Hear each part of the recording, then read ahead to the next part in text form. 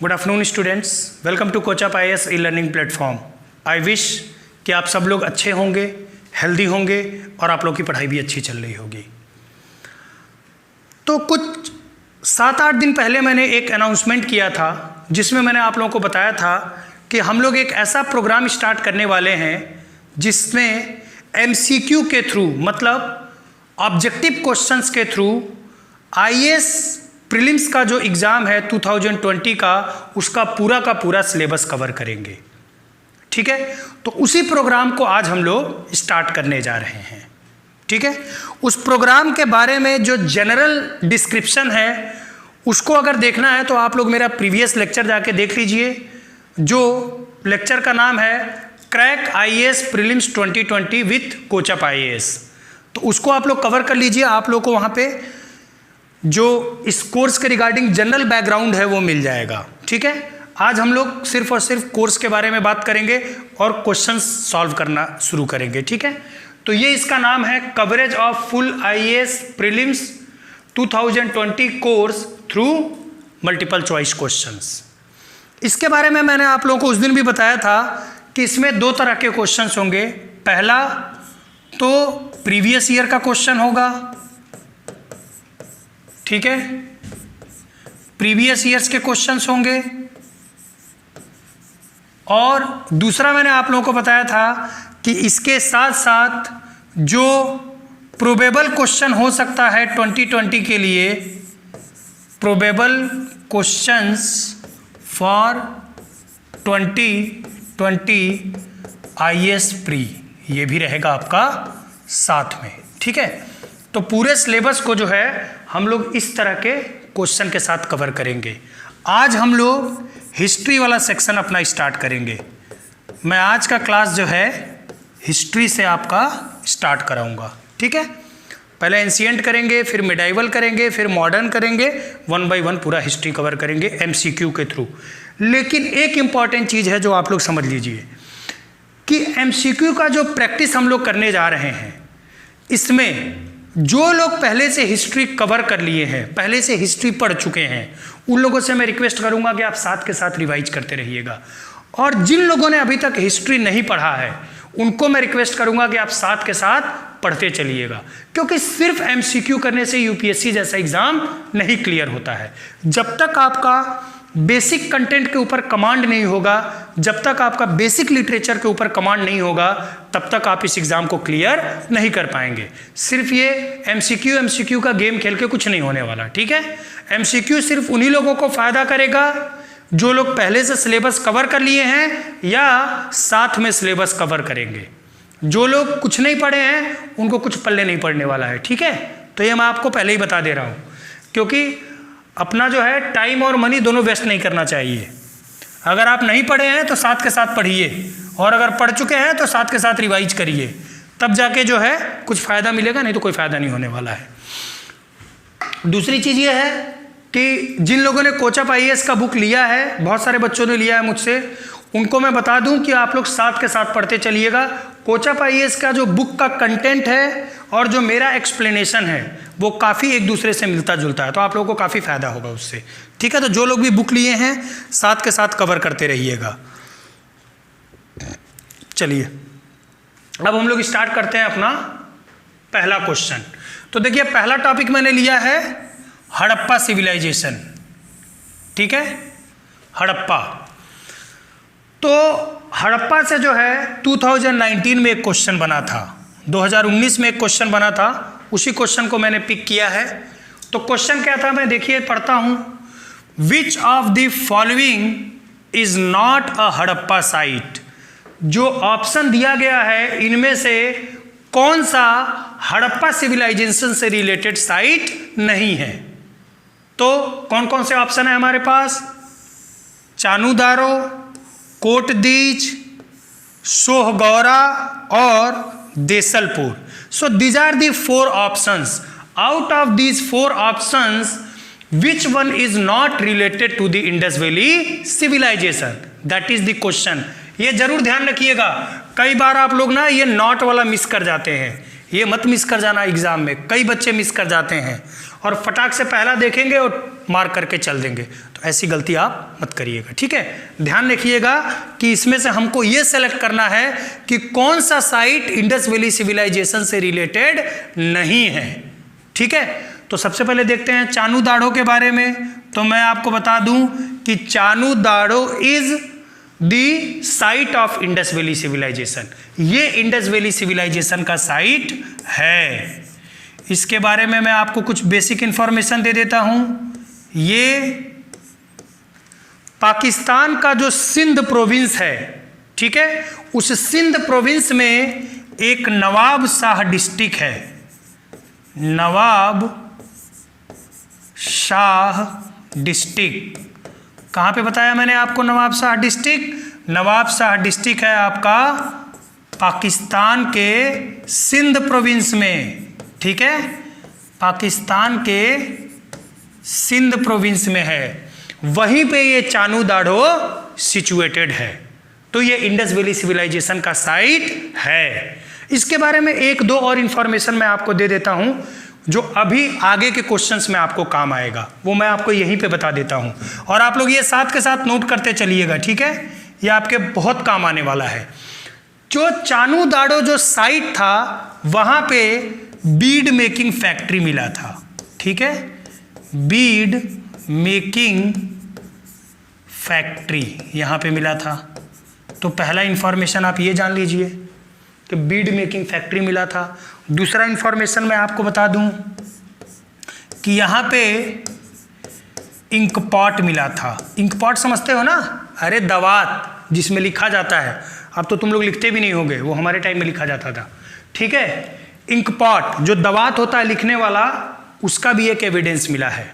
और साथ में इंक में लिपस्टिक का मिला है, लिपस्टिक जो लड़कियां यूज करती हैं, ठीक है, लिपस्टिक जो लड़कियां यूज करती हैं उसका भी एविडेंस मिला है यहाँ पे। तो आपका जो पहला ऑप्शन है ए, इसको लेके आपका डाउट जो है क्लियर हो गया होगा कि यह जो साइट है चानू दाड़ो, ये इंडस वैली सिविलाइजेशन का साइट है कि नहीं है। तो ये इंडस वैली सिविलाइजेशन का साइट है, ठीक है। ये कहाँ पे सिचुएटेड है? नवाब शाह डिस्ट्रिक्ट, पाकिस्तान सिंध में। यहाँ पे कौन कौन से एविडेंसेस मिले हैं आपको? तो bead making factory, ink pot का भी एविडेंस मिला है, लिपस्टिक मिला है, एक और चीज मिला है, ये भी मैं आपको बता दूं, ये भी एग्जाम में अभी आपके आगे काम आएगा क्वेश्चन में। मेजरिंग स्केल मतलब जिस स्केल से हम लोग मेजरमेंट करते हैं, कुछ नापते हैं, वो मेजरिंग स्केल भी यहाँ पे मिला है। तो ये जितने भी एडिशनल इंफॉर्मेशन मैं आपको दे रहा हूँ, ये आप लोग साथ के साथ नोट कर लीजिएगा, ये आगे आप लोगों के काम आएगा, ठीक है। चलिए, तो चानू दाड़ो वाला जो है स्टोरी खत्म। चानू दाड़ो जो है वो इंडस वैली सिविलाइजेशन का साइट है, तो ये ऑप्शन हमारा नहीं होगा। अब आगे बात करते हैं, अब बात करते हैं कोटदीज की। तो जो कोटदीज है बेसिकली ये भी पाकिस्तान के सिंध प्रोविंस में ही सिचुएटेड है, ये भी पाकिस्तान के सिंध प्रोविंस में है, ठीक है। और कोटदीज भी आपका क्या है? बेसिकली इंडस वैली सिविलाइजेशन का साइट है, ठीक है। कोटदीज जो है ये भी पाकिस्तान के सिंध प्रोविंस में है और ये जो है इंडस वैली सिविलाइजेशन का एक साइट है। इसका मतलब ये भी ऑप्शन नहीं होगा। बात समझ में आ रहा है? तो ये भी ऑप्शन नहीं होगा। अब बात करते हैं हम लोग, तो इसको मैं मिटा रहा हूं।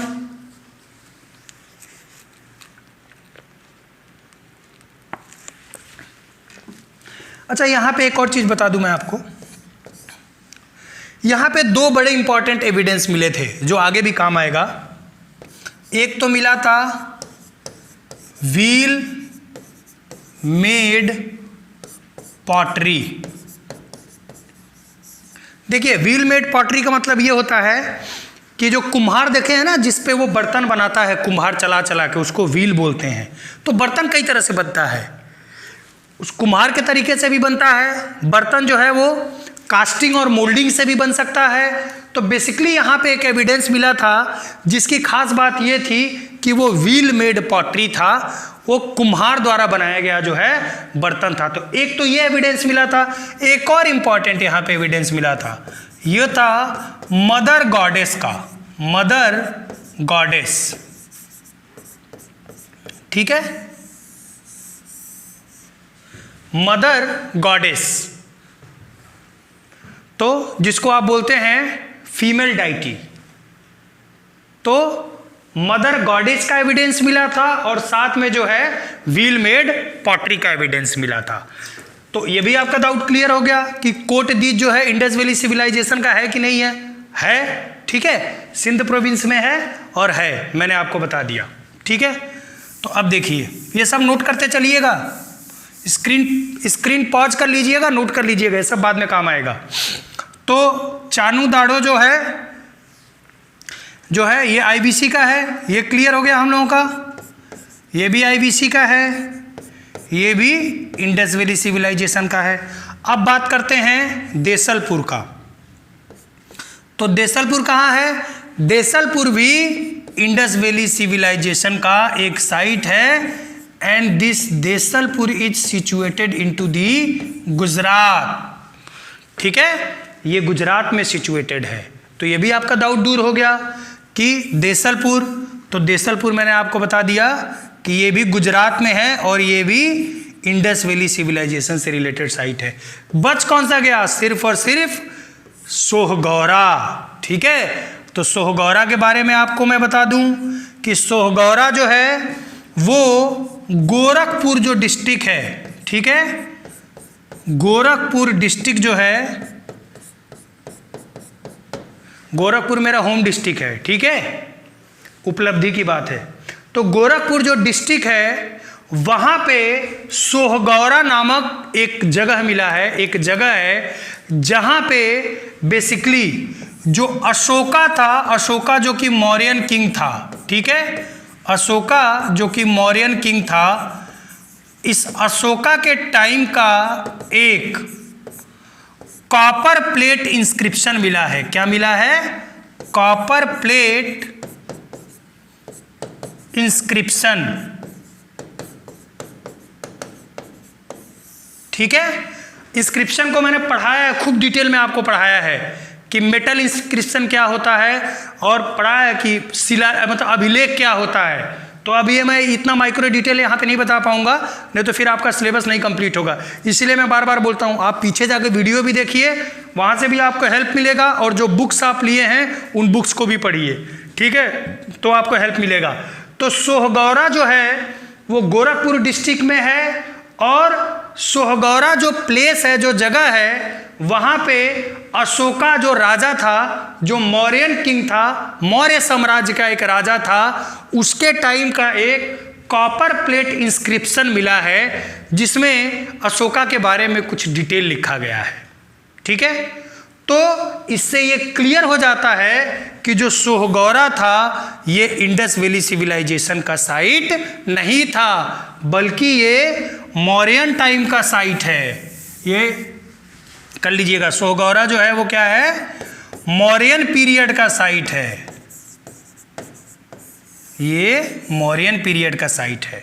तो क्लियर हो गया आपको कि out of this 3 option Sohgaura एक ऑप्शन है जो कि इंडस वैली सिविलाइजेशन का साइट नहीं है, ठीक है। अब आंसर देख लीजिए, तो ये देखिए, ये है आपका सी आंसर, ठीक है। अब जितना मैंने आपको इंफॉर्मेशन बताया है सराउंडिंग में, उन सारे इंफॉर्मेशन को ढंग से अगर आप करेंगे तभी इस MCQ प्रोग्राम का जो है मतलब है, नहीं तो फिर कोई मतलब नहीं है, ठीक है।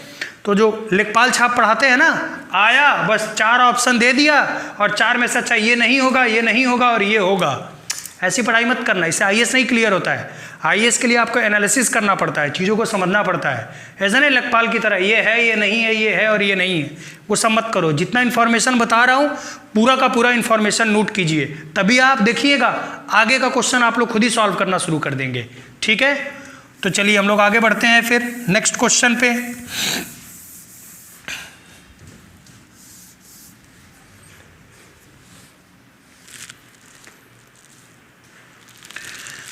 आप लोग, हाँ, ये जो मैं आपको बताया हूँ अभी अभी उसी का एक्सप्लेनेशन है। मैं थोड़ी देर के लिए ब्लैंक कर ले रहा हूँ।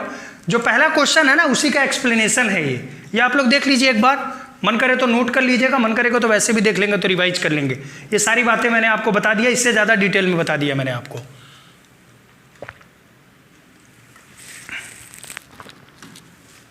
आप देख लीजिए इसको, लेकिन इससे ज़्यादा डिटेल बता दिया मैंने आपको। आइए सेकंड क्वेश्चन देखते हैं। सेकंड क्वेश्चन क्या कहता है? कहता है which of the following characterize the people of the Indus valley civilization. इनमें से कौन कौन से लक्षण सिंधु सभ्यता के लोगों का सही चित्रण करता है। मतलब ये बताना है कि जो दो ऑप्शन हमको मिला हुआ है, इन दो ऑप्शन में से कौन कौन सा ऑप्शन है जो सिंधु घाटी के लोगों के विशेषताओं के बारे में बताता है। मतलब ये विशेषताएं सिंधु घाटी सभ्यता से रिलेटेड थी कि नहीं थी, यही देखना है आपको, ठीक है। तो देखिए सबसे पहला क्या कहता है, they possessed great palaces and temples. Hindi में उनके विशाल महल और मंदिर होते थे। मैं आपको पहले ही बता दूं कि इंडस वैली सिविलाइजेशन में किसी भी तरह के टेम्पल वगैरह का कोई एविडेंस नहीं मिला है। ना तो टेम्पल का, यानी कि ना तो मंदिर का कोई एविडेंस मिला है, ना तो मॉस्क या मस्जिद का कोई एविडेंस मिला हुआ है। तो यहीं पे पता चल गया कि पहला वाला तो जो कैरेक्टर है वो इंडस वैली सिविलाइजेशन से रिलेटेड है ही नहीं। तो जो पहला ऑप्शन है ये अपने आप गलत हो जाता है, क्योंकि ना तो उनके बड़े बड़े महल थे। हाँ, ये अलग बात था कि मैंने आपको बताया था कि दो पार्ट में डिवाइड था। जितने भी इंडस वैली सिविलाइजेशन के सिटी थे वो दो पार्ट में डिवाइड थे, अपर पार्ट और लोअर पार्ट। अपर पार्ट में जो रिच क्लास या ट्रेडर्स होते थे वो रहते थे, तो उनके मकान नो डाउट थोड़े बड़े जरूर हुआ करते थे, पर उनका मकान महल नहीं हुआ करता था। क्योंकि आप इंडस वैली सिविलाइजेशन पढ़ेंगे तो आपको समझ में आएगा कि उस समय मोनार्की जैसा कोई कंसेप्ट था ही नहीं, किसी तरह का जो है इंपेरियल कंसेप्ट नहीं था वहाँ पे। तो वहाँ पे महल की बात ही नहीं होती है। तो ना तो महल था और ना तो मंदिर का कोई एविडेंस मिला है। देखिए हिस्ट्री में हम वही चीज़ें पढ़ते हैं जिनका एविडेंस मिला है। क्या हो सकता था या क्या होता होगा ये हमसे लेना देना नहीं है, ठीक है भैया। हम वही पढ़ते हैं हिस्ट्री में जो एविडेंस हमारे पास अवेलेबल है।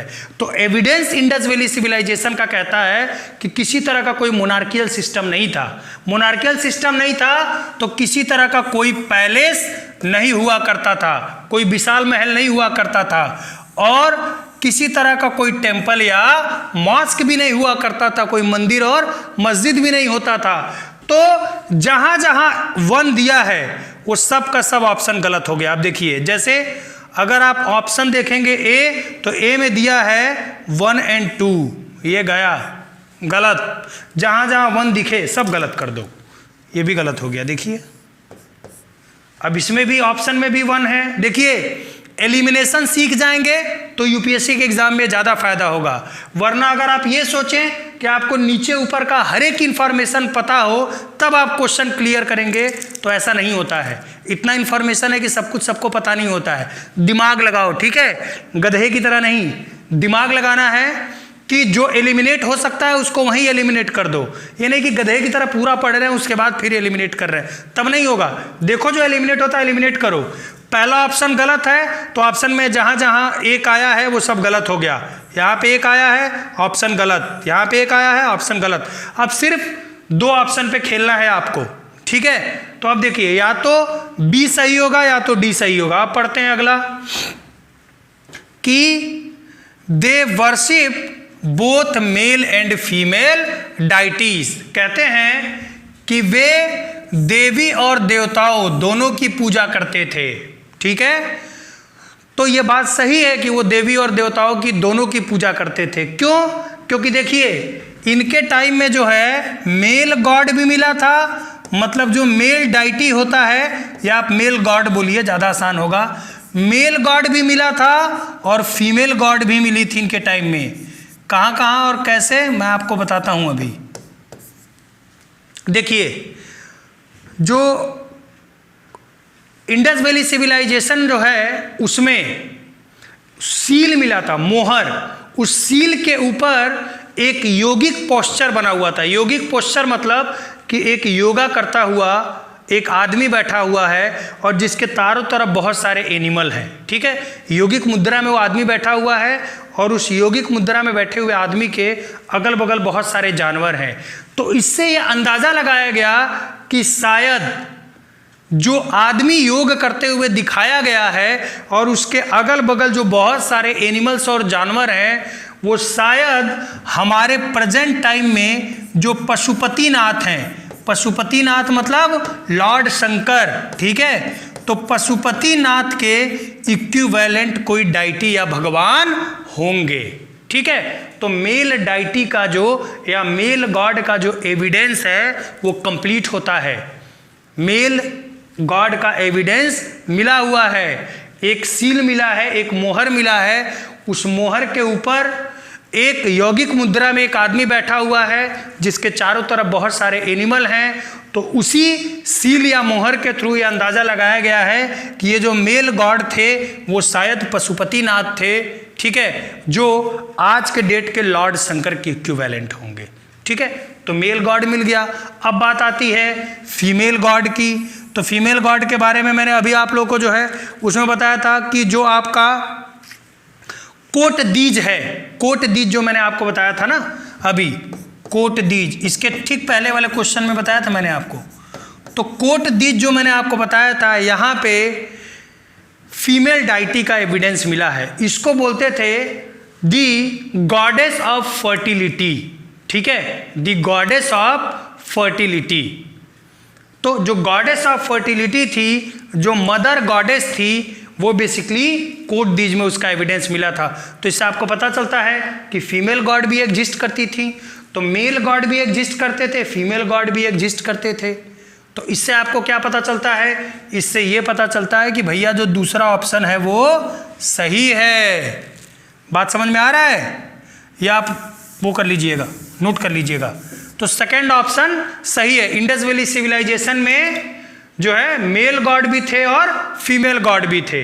तो अब देखिए, तो अब ये जो ऑप्शन है नन ऑफ द एबव, ये तो हो ही नहीं सकता क्योंकि एक ऑप्शन तो हमारा सही जा रहा है। तो अब आपको तीसरा ऑप्शन पढ़ने की जरूरत ही नहीं है। अगर आप ठीक से देखेंगे तो तीसरा ऑप्शन पढ़ने की जरूरत ही नहीं है क्योंकि तीन ऑप्शन तो खत्म हो गए आपके। बचा कौन सा? सिर्फ बी। तो इसका आंसर क्या होगा? इसका आंसर होगा बी। देखिए, सिर्फ दो ऑप्शन पढ़ के और मैंने क्वेश्चन का आंसर निकाल दिया। तो ऐसे ही अगर आप एलिमिनेट करने की कैपेबिलिटी अगर जनरेट करेंगे तो आप दो ऑप्शन पढ़ के और आपका आंसर क्लियर हो जाएगा। ठीक है, समझ में आ रहा है? तो अब वैसे मैं आपको समझा देता हूं, तीसरा ऑप्शन भी पढ़ देता हूं। बोलता है कि they employed horse drawn chariot in the warfare, युद्ध में घोड़ों द्वारा खींचे जाने वाले रथ का प्रयोग करते थे। पहली बात तो मैं आपको बता दूं कि किसी भी तरह का कोई वार वगैरह का एविडेंस नहीं मिला है इंडस वैली सिविलाइजेशन में, तो रथ की तो बात ही छोड़ दो, ठीक है। और वो भी घोड़े से खींचने वाला रथ, घोड़े का तो एविडेंस ही नहीं मिला है। सिर्फ एक जगह से घोड़े का एविडेंस मिला है और उस जगह का नाम है सुरकोताडा।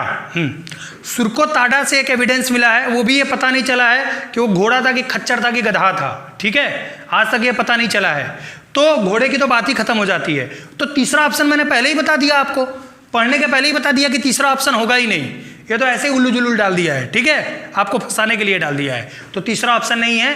किसी तरह का युद्ध और घोड़े का कोई एविडेंस नहीं है इंडस वैली सिविलाइजेशन, सॉरी, युद्ध और रथ का कोई एविडेंस नहीं है। और मैं आपको बता दूं कि घोड़े का एविडेंस सिर्फ एक जगह से मिला है और एक जगह से जो घोड़े का थोड़ा सा एविडेंस मिला है उससे आप ये नहीं बता सकते कि उस समय जो है युद्ध में घोड़े का यूज होता था या ये वो, ऐसा कुछ नहीं होता था, ठीक है। तो तीसरा ऑप्शन जो है वो गलत है। तो सिर्फ और सिर्फ ऑप्शन सेकंड सही है। इसका मतलब इसका करेक्ट ऑप्शन क्या होगा? बी, केवल दो। आप देखिए क्या होगा, देखिए। तो इसका आंसर मैंने दिया है यहाँ पे आपको, आंसर बी। ठीक है, क्लियर है आपको? ये दो क्वेश्चन आपके क्लियर हो गए। चलिए हटाते हैं इसको, अगला क्वेश्चन करते हैं। अभी शुरुआत कर रहा हूँ, थोड़ा धीरे धीरे चल रहा हूँ। शुरुआत में थोड़ा सा आप लोग ध्यान से पढ़ेंगे। 2013 में पूछा था ये क्वेश्चन, ध्यान से पढ़ेंगे तो आगे मैं स्पीड तेज करूंगा तब भी आपको दिक्कत कम होगा, ठीक है।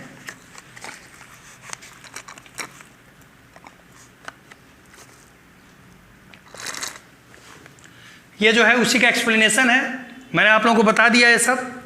आपको फिर भी नोट करना है तो नोट कर लीजिएगा आप लोग, ठीक है। स्क्रीन पॉज कर लीजिएगा, आप लोग नोट कर लीजिएगा। वैसे इससे ज़्यादा डिटेल में मैंने आप लोगों को बता दिया है।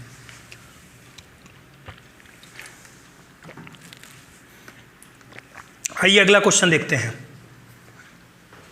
कहता है match the list 1 ancient site with list 2 archaeological discovery and select the correct answer using the code.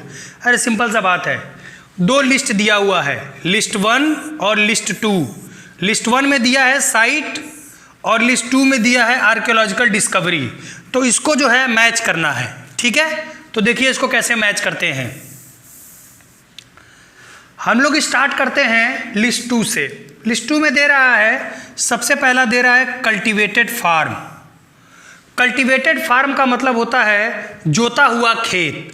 तो जोता हुआ जो खेत है वो बेसिकली कहाँ से मिला था, वो बेसिकली आपको मिला था कालीबंगा में।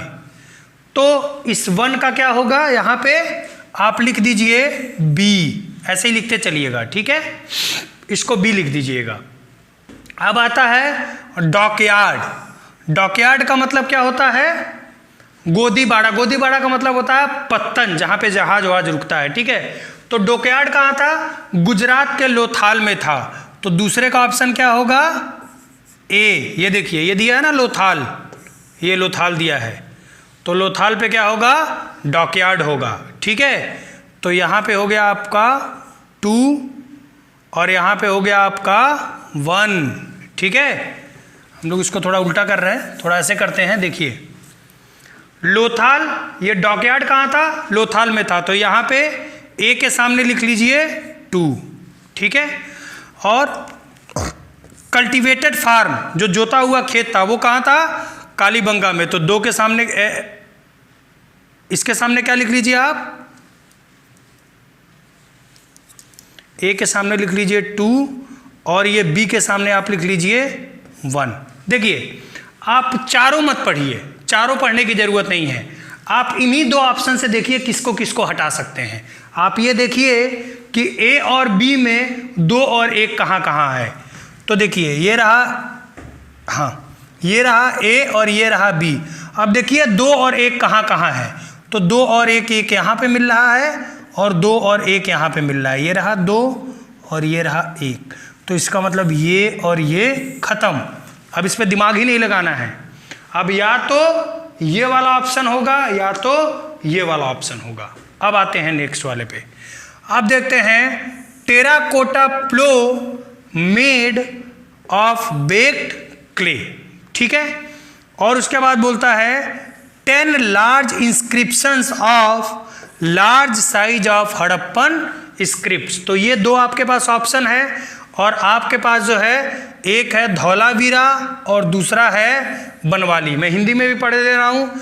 तीसरा दे रहा है पक्की मिट्टी की बनी हुई हल की आकृति और दूसरा क्या दिया है, हड़प्पा लिपि के बड़े आकार के 10 बड़े चिन्हों वाले एक शिलालेख। तो ये आपको देखना है कि इन दोनों में से कौन कौन सा होगा। तो देखिए या तो 3-4 होगा या तो 4-3 होगा। तो यही देखना है हम लोगों को। तो बेसिकली अगर आप देखेंगे तो ये जो ऑप्शन है terracotta of plough made of baked clay, ठीक है। तो ये आपका बेसिकली था धौला, नहीं ये था आपका बनवाली में, सॉरी ये बनवाली में है। तो यहाँ पे आ जाएगा आपका 4, ठीक है। और 10 large inscriptions of large size of Harappan script, ये था बेसिकली आपका धौलावीरा में। तो यहाँ आ जाएगा आपका 3। अब देखिए 2, 1, 3, 4 कहाँ पे मिल रहा है आपको, किस वाले ऑप्शन में मिल रहा है आपको। तो देखेंगे आप 2, 1, 4, 3 ये आपको मिल रहा है ऑप्शन नंबर बी में। तो आपका कौन सा सही होगा, ऑप्शन नंबर बी, ठीक है। सिंपल सा क्वेश्चन है, ज़्यादा मुश्किल नहीं है, बस ये ABCD करके होता है तो थोड़ा सा जो है जगह थोड़ा कम पड़ा, इसलिए समझाने में दिक्कत हो रहा है, पर आप अगर गौर से समझेंगे तो आराम से हो जाएगा। कि देखिए, कल्टिवेटेड फार्म मतलब जुता हुआ खेत, यह आपका कहाँ पे मिला था? ये मिला था आपका कालीबंगा में। डॉकयार्ड ये मिला था आपको लोथाल में। Terracotta of plough made of baked clay, यह आपको कहाँ पे मिला था? ये मिला था आपको धौलावीरा में, ठीक है।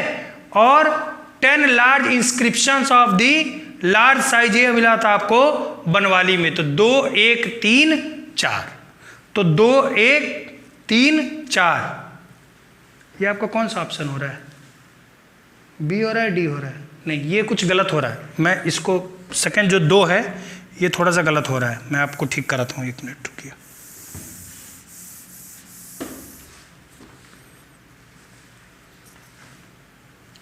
देखिए, 10 लार्ज साइज इंस्क्रिप्शंस ऑफ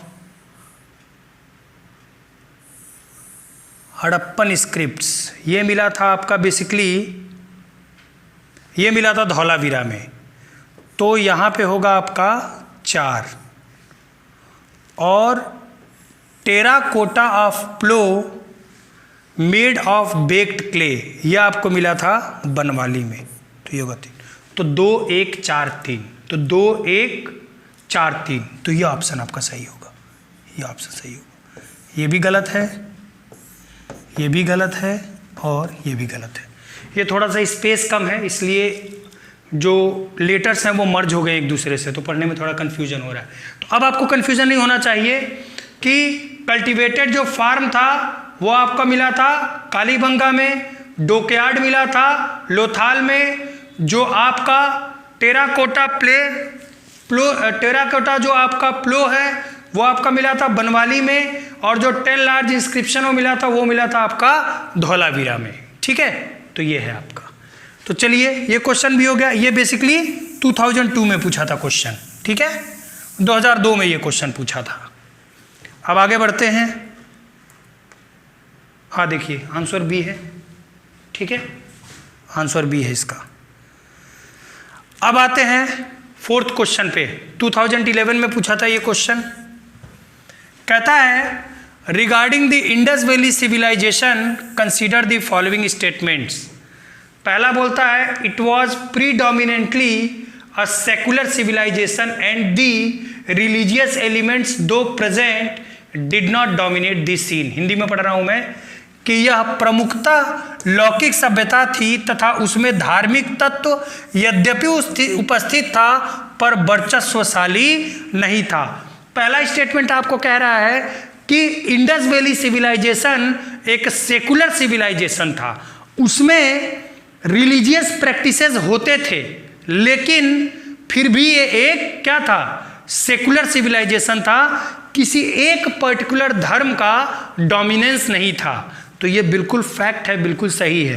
क्यों? क्योंकि देखिए, मैं आपको बता दूं कि मोहनजोदाड़ो में ग्रेट बाथ मिला था, मोहनजोदाड़ो में ग्रेट बाथ मिला था। उस ग्रेट बाथ पे कुछ रिचुअल प्रोग्राम होते थे, कुछ रिचुअल प्रैक्टिसेस होते थे, ठीक है। इसी तरह से लोथाल में भी कुछ इस तरह के फायर आल्टर्स वगैरह मिले हैं जहाँ पे रिचुअल प्रैक्टिस होते थे। मैंने आपको मेल और फीमेल डाइटी के बारे में भी बताया, मेल फीमेल गॉड के भी बारे में बताया। इसका मतलब कि पूजा पाठ तो होता था, इसका मतलब ये था कि रिलीजियस प्रैक्टिस वहाँ पे होते होंगे या रिचुअल प्रैक्टिस होते होंगे। रिलीजियस मत बोलिए, ज़्यादा सही नहीं होगा, रिचुअल प्रैक्टिस बोलिए, रिचुअल प्रैक्टिस वहाँ होते होंगे। लेकिन ऐसा कोई एविडेंस नहीं मिला है जिससे ये बोला जा सके कि किसी एक धर्म का वर्चस्व था या कोई एक पर्टिकुलर रिलीजियन जो है वो डोमिनेट करता था। इसलिए उस सिविलाइजेशन को हम क्या बोलते हैं? बेसिकली सेकुलर सिविलाइजेशन बोल सकते हैं। तो although the ritual practice were available but that civilization was secular because there was no dominance of the single religion. ऐसा कुछ भी नहीं था, ठीक है। वो हिंदू थे, मुस्लिम थे, क्या थे, ऐसा कुछ नहीं पता है, ठीक है। तो किसी एक धर्म का वर्चस्व नहीं था। तो जिस जिस ऑप्शन में पहला है वो सही है और जहां पहला नहीं है वो सारे ऑप्शन गलत हैं। तो देखिए ये ऑप्शन शायद हो सकता है, ये ऑप्शन तो नहीं होगा, ये तो कंफर्म हो गया क्योंकि ये बोल रहा है 2 ओनली। अब बोल रहा है नाइदर 1 नाइदर 2, ये तो हो ही नहीं सकता क्योंकि पहला सही है तो डेफिनिट होगा। अब पहला सही है, दूसरा देखते हैं। दूसरा देते हैं during this period cotton was used for manufacturing textile in India. कहता है कि उस काल में भारत में कपास के वस्त्र बनाए जाते थे। जी हाँ, इंडस वैली सिविलाइजेशन का जो मोहनजोदाड़ो जो साइट है वहाँ पे कॉटन टेक्सटाइल के एविडेंस अवेलेबल है। तो दूसरा स्टेटमेंट भी सही होगा। तो इसका मतलब कि बोथ 1 एंड 2, 1 और 2 दोनों सही होंगे। दोनों स्टेटमेंट करेक्ट हैं इसके, पहला भी सही है और दूसरा भी सही है, दोनों के एविडेंस मिले हैं। तो देखिए इसका ऑप्शन क्या होता है, हम लोग देखते हैं ऑप्शन सी। ठीक है, तो 1 और 2 दोनों होगा। ठीक है, तो ये बहुत आसान क्वेश्चन है, क्लियर हो गया होगा आप लोगों को। अभी देखिए सब प्रीवियस ईयर का ही क्वेश्चन चल रहा है। ठीक है, अब हम लोग बात करेंगे, ये आप लोग जो है नोट कर लीजिएगा, जो मैं अभी क्वेश्चन बताया हूँ उसी का एक्सप्लेनेशन है। वैसे इससे ज़्यादा एक्सप्लेन कर दिया मैंने आप लोगों को, फिर भी आपको नोट करना होगा तो आप लोग स्क्रीन पॉज करके नोट कर लीजिएगा। ठीक है, अब हम लोग जैसा मैंने आपको बताया था कि प्रीवियस ईयर का भी क्वेश्चन कराऊंगा और नए साल के लिए प्रोबेबल क्वेश्चन भी आपको कराऊंगा। तो अब हम लोग स्टार्ट करेंगे प्रोबेबल क्वेश्चन, कि ये जो क्वेश्चन हैं बिल्कुल फ्रेश हैं, ये यूपीएससी में कभी नहीं पूछा गया है। तो हो सकता है कि आने वाले सालों में यूपीएससी में आपसे पूछा जाए, 2020 में आपसे यूपीएससी में पूछा जाए। तो इसको गौर से देखिएगा और करिएगा। ठीक है, क्वेश्चन है consider the following statement and mark the option which is correct. सबसे पहले दिया है broken ivory were used as a scale in the Chanhudaro. आप याद करिए कि मैंने आपको शुरू में ही बताया था कि चानू दाड़ो जो प्लेस है वहां पर मेजरिंग स्केल का एविडेंस मिला हुआ है। तो जैसे ही स्केल आया वैसे समझ लीजिए चानू दाड़ो सही है, तो पहला ऑप्शन करेक्ट है। तो जिन जिन ऑप्शन में पहला नहीं दिया है उसको काट के बाहर कीजिए। 2 एंड 4 ये नहीं हो सकता, इसमें पहला नहीं दिया है। 3 एंड 4 ये नहीं हो सकता, इसमें पहला नहीं दिया है। अब दिमाग लगाना है ए और डी पे। ठीक है, कह रहा है during burial bodies were extended in north and south direction. बिल्कुल सही बात है, इंडस वैली सिविलाइजेशन में ऐसे कई एविडेंस मिले हैं जहां पे आप देखेंगे कि जो 100 होता था, जो डेड बॉडी होता था उसको नॉर्थ साउथ डायरेक्शन में लेटाया जाता था। नॉर्थ में उसका हेड रखा जाता था और साउथ में उसका फीट रखा जाता था। ठीक है, तो ये भी एब्सोल्युटली करेक्ट है। ठीक है, तो पहला और दूसरा ये करेक्ट है आपका, अभी तक तो ये चल रहा है। नेक्स्ट देखते हैं कि Ganeriwala site is situated in Bahawalpur Pakistan. ठीक है, बिल्कुल सही बात है, जो गैनरलिंका साइट है वो बहवलपुर पाकिस्तान में जो है सिचुएटेड है। ये भी ऑप्शन सही है। तो 1, 2, 3 तो तीनों ऑप्शन अब तक सही है। The great bath of Mohenjodaro measures 12 into 7 into 3। ठीक है, लेंथ 12 मीटर है, ब्रेथ जो है उसका 7 मीटर है और डेप्थ जो है वो 3 मीटर है। ये भी करेक्ट है। इसका मतलब ये है कि all of the above, D, ये वाला ऑप्शन सही है, डी ऑप्शन सही होगा इसका। ठीक है, ये चारों के चारों ऑप्शन सही हैं इसके, D all of the above, तो ये वाला सही होगा। बहुत आसान क्वेश्चन है। ठीक है, इसको आप देख लीजिएगा। मैं बोला ना कि जो पुराना मैं आपको बताऊंगा वो आगे यूज होगा। देखिए चानू दाड़ो में डायरेक्ट मिल गया। देखिए 2-3 चीजें हैं, याद रखिए। एक तो कहीं स्केल का नाम आता है तो चानू दाड़ो, याद रखिए कि स्केल, और कहीं पे जो बियर्ड मैन का अगर आता है, दाढ़ी वाला आदमी, तो समझ लीजिए मोहनजोदाड़ो। आंख बंद करके मार दीजिएगा, गलत नहीं होगा। ठीक है, नेक्स्ट क्वेश्चन देखते हैं।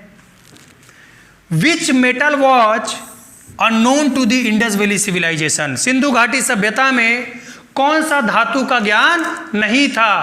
तो ये देखिए, गोल्ड का नॉलेज था, सोने का जानकारी था वहाँ पे, क्योंकि गोल्ड के ऑर्नामेंट मिले हैं। सिल्वर का भी नॉलेज था, उसका भी ऑर्नामेंट मिला है, और कॉपर का भी नॉलेज था। लेकिन आयरन का नॉलेज नहीं था। मैं आपको बता दूं कि जो आयरन है वो यूपी का जो एटा डिस्ट्रिक्ट है, एटा डिस्ट्रिक्ट में क्या नाम था उस जगह का, मैं मिस कर रहा हूं उसका नाम, हाँ अतरांजी खेड़ा करके जगह है एटा में। वहां पे सबसे पहले गोल्ड का एविडेंस मिला था 1000 BC में।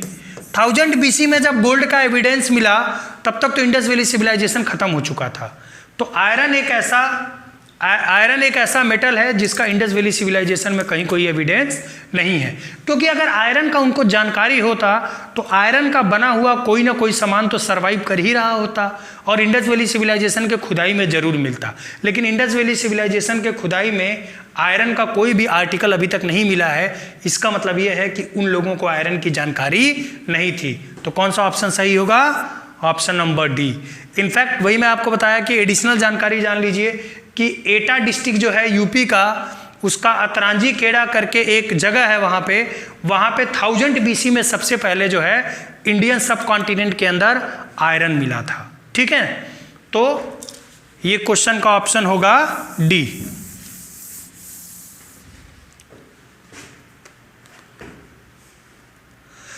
ये नोट कर लीजिए, iron was not known to the Indus valley civilisation people. The first evidence of iron is found about 1000 BC from the Atranji Khera in Etah district.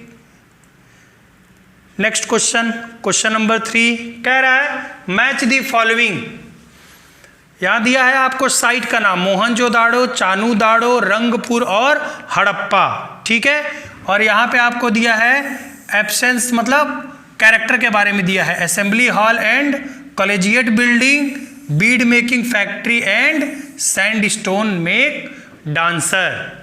तो चलिए हम लोग मैच कराते हैं इसको। सबसे पहले देखते हैं एब्सेंस ऑफ मदर गॉडेस फिगराइन। ठीक है, ये कहां पे था देखिए, तो इसके लिए आपका ऑप्शन होगा रंगपुर। ठीक है, ये रंगपुर मैच करेगा ए को। ठीक है, तो यहां पे आप आगे लिख लीजिए 1। देखिए यहां कंफ्यूजन नहीं होगा क्योंकि पूरा स्पेस है, लिखने का जगह है पूरा।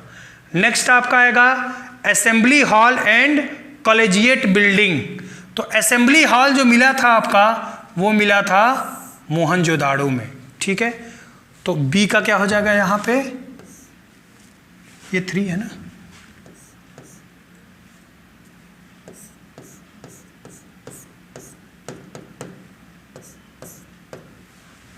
बी का 1 हो जाएगा। ठीक, अब बात आता है Beed making factory. Beed making factory याद करिए, मैं आपको बताया था चानूदाड़ो में मिलेगा बीड मेकिंग फैक्ट्री। जब मैं पढ़ा रहा था आपको तो बताया था। तो चानूदाड़ो कौन सा ऑप्शन है? Option number 2। ठीक है, बीड मेकिंग फैक्ट्री मैंने आपको बताया था जब मैं आपको स्टार्टिंग में चानूदाड़ो के बारे में बता रहा था। तो हो गया 3, 1 और 2, तो ये निश्चित रूप से चौथा होगा। ठीक है, सैंडस्टोन मेक डांसर, ये चौथा होगा। चौथा मतलब हड़प्पा, सिंपल सा बात है। तो अब इस ऑप्शन में देखिए कि आपको 3, 1, 2, 4 कहाँ मिल रहा है। तो ये 1, 3, 4, 2 ये नहीं हो सकता, 3, 1, 2, 4 ये वाला ऑप्शन सही होगा। तो ऑप्शन नंबर 2 ये सही होगा। ठीक, क्लियर हो गया आपको? ऐसे आप इस क्वेश्चन को डिटेक्ट करेंगे। ठीक है, इस तरह से हैंडल करेंगे इस क्वेश्चन को। आपको जस्ट खोजना है कि कौन सा कहाँ पे है। ठीक है, चलिए, तो ये भी क्वेश्चन हो गया आपका। ये सब प्रोबेबल क्वेश्चन है, इसको आप ठीक से करिएगा।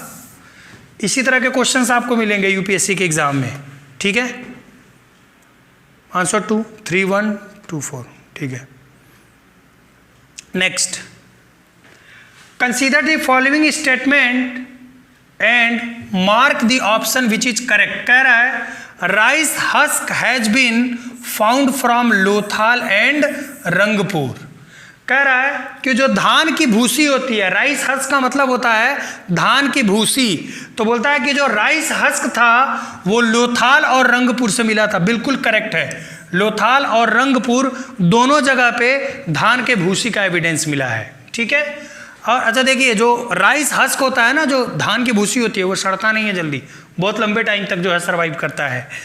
Evidence of signage on wall has been discovered from the Dholavira, it is correct. Signage का मतलब होता है कोई इमेज बनाना, ठीक है, कोई पेंटिंग वेंटिंग टाइप का इमेज बनाना।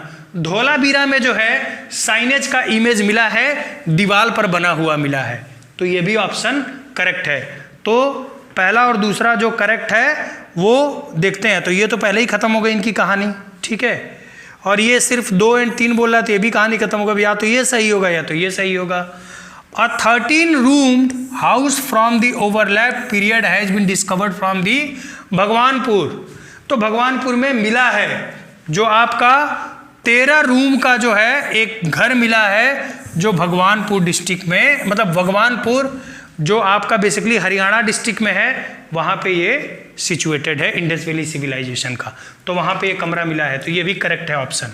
मैंने आपको बोला कि आप लोग जब तक पढ़ेंगे नहीं तब तक इसके सारे क्वेश्चंस आपको नहीं समझ में आएंगे। जो लोग कोचअप IAS की बुक रखे हैं हिस्ट्री वाले, उनको मैं बार बार बोलता हूँ उससे हिस्ट्री पढ़िए आप, ठीक है, तभी आपको ये सब ज़्यादा क्लियर होगा। The steatite figure of a beard man has been discovered recovered from the Mohenjodaro. Beard man, एक दाढ़ी वाला आदमी। मैंने पहले ही बोला था कि जहाँ भी बियर्ड मैन का नाम आएगा और मोहनजोदाड़ो आएगा, समझ लीजिए सही है, सोचने की जरूरत ही नहीं है, ये भी सही है। चारों ऑप्शन सही है, then all of the above, तो option number A would be correct, ठीक है। चलिए देखते हैं कौन सा सही होता है। तो option number A, all of the above, ठीक है। तो ये हो गया आपका।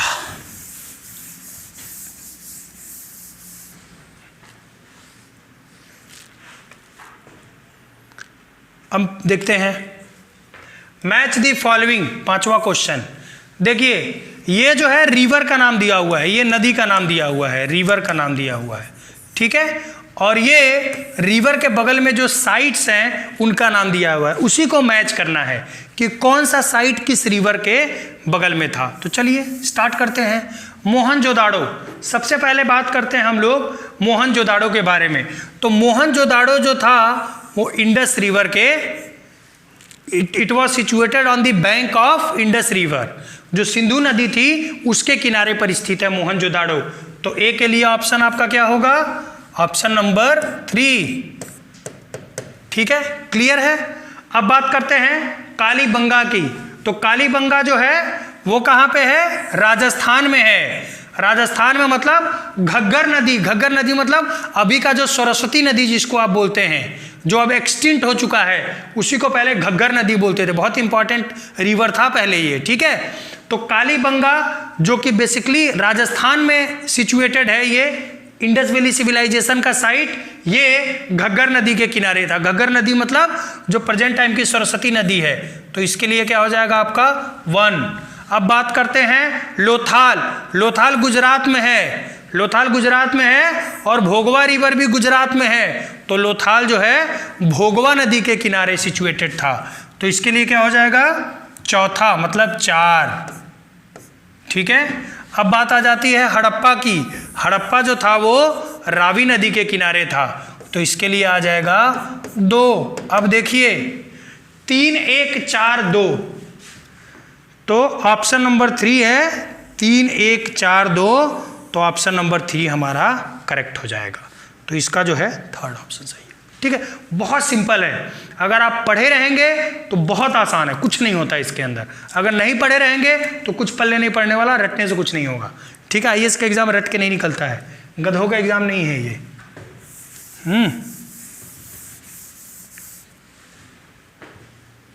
चलिए आगे बढ़ते हैं नेक्स्ट क्वेश्चन पे। देखिए ऑप्शन नंबर 3 आंसर आ गया आपका, 3, 1, 4, 2।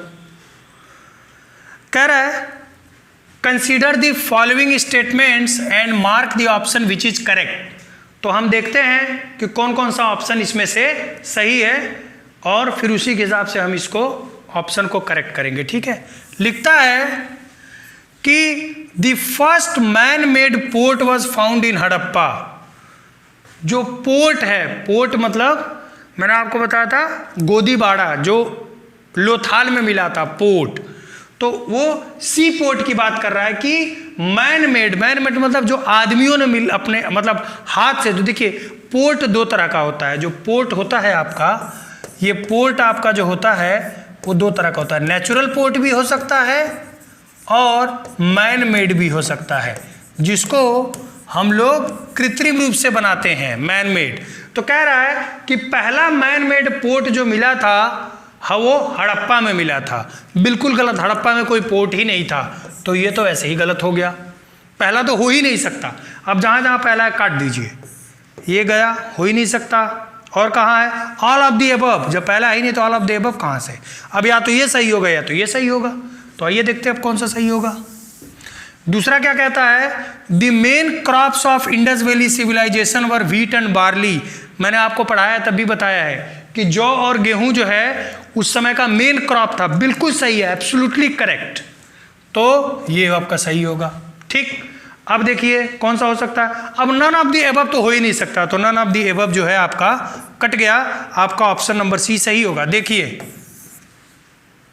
क्योंकि अगर 2 सही हो गया तो नन ऑफ द एबव कैसे होगा? तो 2, 3, 4 तीनों सही होगा। मैंने स्टेटमेंट पढ़ा नहीं, लेकिन इस क्वेश्चन का आंसर निकल गया। ठीक है, आप भी इस तरह का कर सकते हैं अगर समय बचाना है आपको तो। फिर भी मैं पढ़ के आपको बता दे रहा हूँ, वो एक अलग बात है, लेकिन देखिए क्वेश्चन का आंसर बीच में ही निकल गया। थोड़ा सा दिमाग लगाओगे, एलिमिनेशन का अपना स्किल डेवलप करोगे, आईएएस में भी काम आएगा, पीसीएस में भी काम आएगा। ठीक है, नहीं तो बस खाली सब पढ़ते जाना, करते जाना, पता चला कि 100 क्वेश्चन करना है और 100 क्वेश्चन की जगह आप 80 क्वेश्चन ही कर पा रहे हैं, तो फिर वो ठीक नहीं है। थोड़ा दिमाग लगाइए, ठीक है, एलिमिनेशन करना सीखिए। बिना एलिमिनेशन का आईएएस का प्री नहीं क्लियर होने वाला है। The largest Harappan settlement in India is Rakhigarhi in Haryana. ठीक है, बिल्कुल यह आपका ऑप्शन जो है वो करेक्ट है। राखीगढ़ी हरियाणा में जो है वो इंडस वैली सिविलाइजेशन का सबसे लार्जेस्ट सेटलमेंट है, बिल्कुल करेक्ट है। The largest number of settlement are in Ghaggar Hakra valley. ठीक है, तो जो सबसे ज्यादा जो इंडस वैली सिविलाइजेशन में जो सेटलमेंट मिला है, मतलब छोटे छोटे जो सिटी मिले हैं इंडस वैली सिविलाइजेशन में, वो घग्गर हाकरा जो घाटी है उसी के अगल बगल मिले हैं, तो ये भी ऑप्शन करेक्ट है। तो आपका देखिए वही आएगा 2, 3 और 4। मैंने इन दोनों को पढ़ने के पहले ही बता दिया आपको कि यही ऑप्शन होगा और वही ऑप्शन आया। ठीक है, तो देखिए इसका 2, 3, 4, इधर आंसर देख लीजिए आप, 2, 3, 4। ठीक, क्लियर है? चलिए, बहुत मजा आएगा इस प्रोग्राम को कंप्लीट करने में, आप चिंता मत करिए, कुछ भी छूट के जाएगा नहीं। ढंग से करेंगे तो आपको यहीं से कई क्वेश्चन मिल जाएंगे आईएएस में, कई क्वेश्चन आपको डायरेक्ट भी मिल जाएगा, परेशान ना होइएगा। अब कहता है match the following. Match the following में यहाँ पे साइट का नाम दिया हुआ है, ये सब साइट है, हड़प्पा, दाइमाबाद, मोहनजोदाड़ो और फर्रो मार्क्स। और यहाँ पे कुछ आपका जो है copper elephant, bronze dancing girl, granary outside Citadel और कालीबंगा। थोड़ा सा पलट दिया है, देखिए यहाँ पे एक साइट दे दिया है और यहाँ पे इस साइट की जगह ये दे दिया है, मतलब कैरेक्टर का नाम, मतलब जो डिस्कवर हुआ था उसका नाम दे दिया है। देखिए 3 डिस्कवरी का नाम दिया है, 3 साइट का नाम दिया है, फिर यहाँ एक डिस्कवरी का नाम दा दिया है, यहाँ पे साइट का दे दिया। थोड़ा सा जो है जंबल किया है, बट कुछ कर नहीं पाएगा ये, अगर आपने पढ़ा है तो ये कुछ भी नहीं है। देखिए सबसे पहले बात आता है कॉपर एलिफेंट का। कॉपर एलिफेंट मतलब कि कॉपर मेटल की बनी हुई एलिफेंट। तो कॉपर एलिफेंट जो मिली थी वो मिली थी दाइमाबाद से। दाइमाबाद बेसिकली कहाँ पे है? दाइमाबाद आपका महाराष्ट्र में है। ठीक है, मैंने आप लोगों को पढ़ाया था तो एक दिन बताया था, तो पहले का हो जाएगा 2। तो कॉपर एलिफेंट कहाँ से मिला है? दाइमाबाद से। The southern most peak of the, बोल सकते हैं कि the southern most extent of the Indus Valley civilization, that is Daimabad, that is there in the Maharashtra, वहां से कॉपर एलिफेंट मिला था। उसके बाद कह रहा है bronze dancing girl, bold dancing girls आपकी कहां से मिली थी? मोहनजोदाड़ो से मिली थी। तो ये आपका हो जाएगा ऑप्शन नंबर 3। उसके बाद क्या कह रहा है? ग्रेनरी आउटसाइड सिटाडेल, ये आपको कहां से मिला था? यह आपको मिला था हड़प्पा से। तो यहां पे क्या हो जाएगा? 1। ये देखिए 1 है ना। इसके बाद कह रहा है कालीबंगा। कालीबंगा में क्या मिला था? Furrow marks. ठीक है, जोते हुए खेत का मार्क्स मिला था 4। अब देखिए 2, 3, 1, 4, ये कहाँ पे मिल रहा है? 2, 3, 1, 4, मतलब ऑप्शन नंबर 4 सही होगा। ठीक है, ये ऑप्शन करेक्ट होगा। अगर आपने पढ़ा है तो ये कुछ भी नहीं है। ठीक है, ये जस्ट आपका रिवीजन और प्रैक्टिस ही है एक तरह से अगर कहा जाए तो। चलिए, तो इसका ऑप्शन देख लीजिए आप, 4 ऑप्शन 4 2 3 1 4, 2 3 1 4। ठीक, क्लियर है। चलिए, कुछ नहीं है, बहुत आसान है। आगे आते हैं नेक्स्ट क्वेश्चन पे। कहता है consider the following statement and mark the option which is correct. कहता है the predominance of mother goddess denotes people's faith in fertility cult. बिल्कुल सही बता रहा है ये कि जो मदर गॉडेस की वहां पूजा होती थी उसको मैंने क्या बोला कि उनको गॉड ऑफ फर्टिलिटी बोलते थे। ठीक है, तो फर्टिलिटी कल्ट की वहां पूजा होती थी इंडस वैली सिविलाइजेशन में। बिल्कुल करेक्ट। जहां जहां वन नहीं है काट दो, ये तो गया, इसमें वन नहीं दिया, ये भी गया। अब या तो ये सही होगा या तो ये सही होगा। Mainly offensive weapons were found in Harappa. ठीक है, तो देखिए एक्चुअली जो है वैसे तो कोई लड़ाई मतलब युद्ध वगैरह नहीं होता था, लेकिन कुछ ऑफेंसिव वेपन आपके हड़प्पा में मिले हैं, कुछ एविडेंसेस मिले हैं जिसमें थोड़े बहुत ऑफेंसिव वेपन मिले हैं। तो ये स्टेटमेंट जो है वो आपका करेक्ट है। थर्ड स्टेटमेंट क्या कहता है 6 type of pottery have been discovered from the Kalibangan. बिल्कुल सही है, कालीबंगा से जो है 6 तरह के जो है पॉटरी वहां से डिस्कवर किए गए हैं। ठीक है, अगला कह रहा है painting on a jar resembling the story of the cunning for the Panchatantra has been found from the Lothal. Lothal से जो है पंचतंत्र स्टोरी के बारे में भी एविडेंस मिलता है, तो ये भी सही है। इसका मतलब कि all of the above, option number B सही होगा। सब के सब चारों ऑप्शन सही हैं। ठीक है, all the 4 options are correct, all of the above सही है बिल्कुल, चारों के चारों ऑप्शन सही हैं इसके।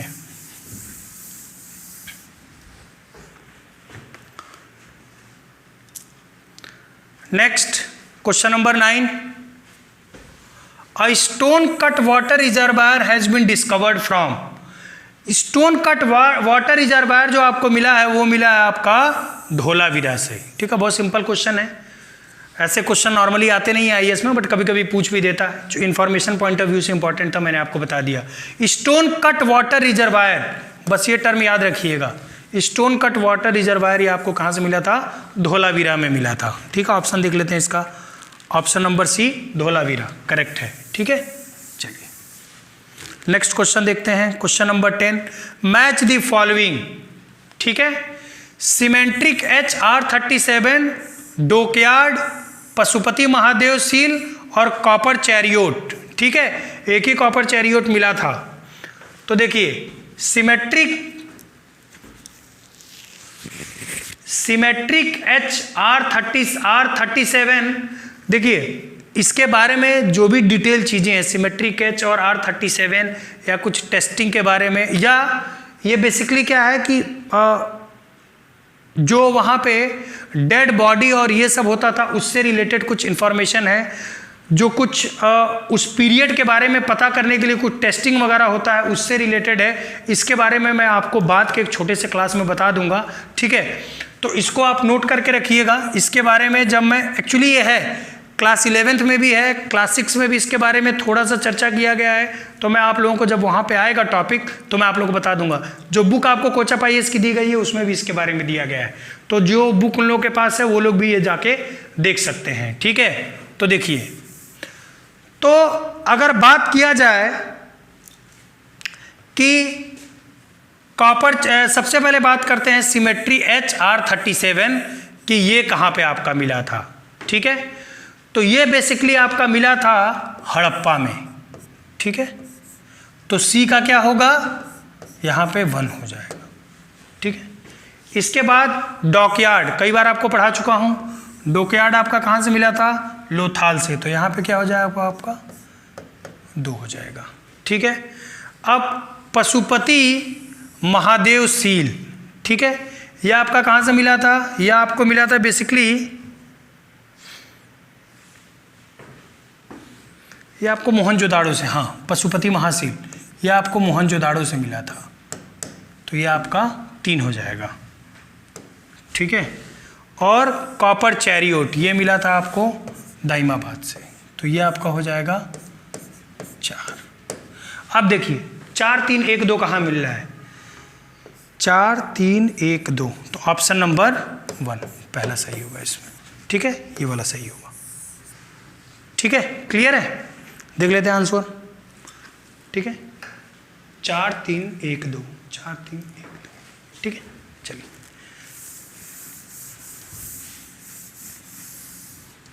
आगे बढ़ते हैं नेक्स्ट क्वेश्चन पे। Consider the following statement and mark the option which is correct. कहता है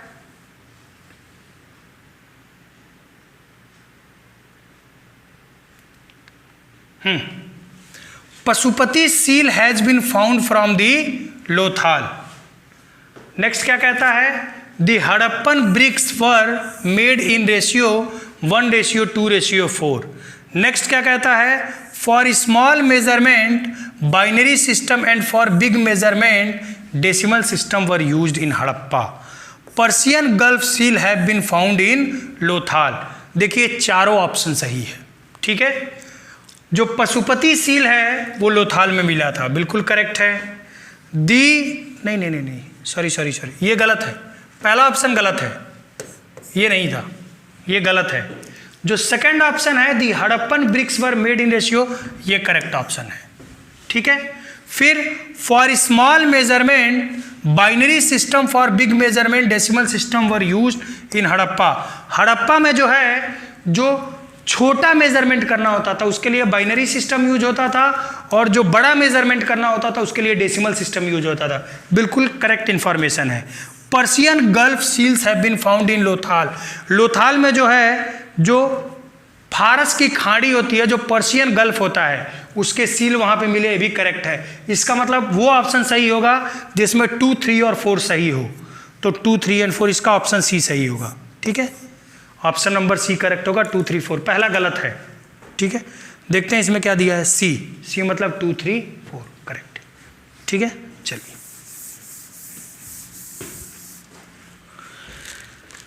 अब आते हैं नेक्स्ट क्वेश्चन। हड़प्पा देखिए हिंदी और इंग्लिश में मिक्स करके बनाया हूं, ऐसा ना हो कि हिंदी वाले सोचे कि सिर्फ इंग्लिश है, इंग्लिश वाले सोचे सिर्फ हिंदी है। हड़प्पा सभ्यता किस नाम से प्रसिद्ध है? तो हड़प्पा सभ्यता को जो है हम लोग सिंधु घाटी की सभ्यता भी कहते हैं। ठीक है, बहुत सिंपल क्वेश्चन है, इसमें ज़्यादा एक्सप्लेनेशन की जरूरत नहीं है कि हड़प्पा सभ्यता का दूसरा नाम क्या है। तो हड़प्पा सभ्यता का दूसरा नाम है सिंधु घाटी सभ्यता। क्वेश्चन नंबर आंसर ए होगा इसका। बी आते हैं। मोहनजोदाड़ो को और किस नाम से जाना जाता है? मोहनजोदाड़ो को मृतकों का टीला के नाम से भी जाना जाता है। इसको द माउंट्स ऑफ डेड इस नाम से भी जाना जाता है, मृतकों का टीला। ठीक है, तो इसका होगा ऑप्शन नंबर ए, मृतकों का टीला, the mounts of dead. Note कर लीजिएगा, ये क्वेश्चन थोड़ा इंपॉर्टेंट है, ये पूछ देता है, पूछ सकता है ये। कहता है सिंधु घाटी सभ्यता निम्नलिखित में से किस सभ्यता के समकालीन नहीं थी? पहला देता है आपका मिस्र की सभ्यता, मिस्र की सभ्यता के समकालीन थी। इजिप्ट का सिविलाइजेशन और इंडस वैली सिविलाइजेशन लगभग एक ही साथ था। मेसोपोटामिया की सभ्यता बिल्कुल सही है, इसके साथ भी था। चीन की सभ्यता वो भी लगभग इंडस वैली सिविलाइजेशन के साथ ही है। ग्रीक की सभ्यता नहीं, ये गलत है। जो ग्रीक का जो सिविलाइजेशन था वो 1200 BC के आसपास आया था, और 1200 BC के आसपास में तो जो है इंडस वैली सिविलाइजेशन खत्म हो गया था। ठीक है, तो काफ़ी बाद का है ये, तो इसका ऑप्शन होगा ग्रीक की सभ्यता। ग्रीक की सभ्यता जो है इंडस वैली सिविलाइजेशन के साथ नहीं था, बल्कि काफ़ी बाद में आया, तो ऑप्शन नंबर डी होगा। ठीक है, डी ग्रीक की सभ्यता सही है। आगे बढ़ते हैं। निम्नलिखित में से किस पदार्थ का उपयोग हड़प्पा काल की मुद्राओं के निर्माण में मुख्य रूप से किया गया था? तो दे रहा है सेल खड़ी, स्टीटाइट, यही सही होगा।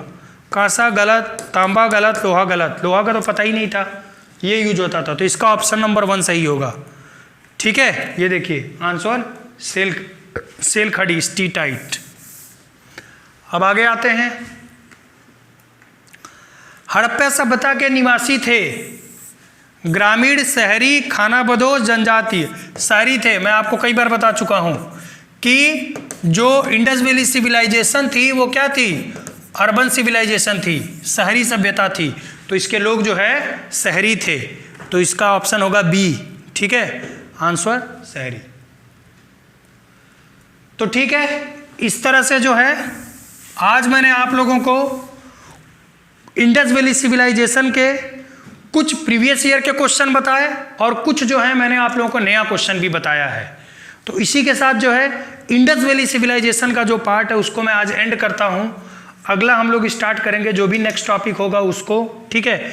तो आपसे मैं रिक्वेस्ट करूँगा कि इंडस वैली सिविलाइजेशन का जो चैप्टर है उस चैप्टर को आप लोग, जो बुक आप लोग लिए हैं मुझसे, उस बुक से पढ़ लीजिए अच्छे से, और पढ़ने के बाद जो बुक में दिया है प्रैक्टिस के लिए क्वेश्चन उसका भी प्रैक्टिस कर लीजिए, और साथ में जो मैंने आपको प्रैक्टिस कराया ये क्वेश्चन प्रैक्टिस कर लीजिए। आपके यूपीएससी के प्री में क्वेश्चन नहीं आपको परेशान करेगा, आपका काम प्री में हो जाएगा, ठीक है। चलिए, so thank you very much, have a nice time, see you tomorrow, ठीक है, थैंक यू।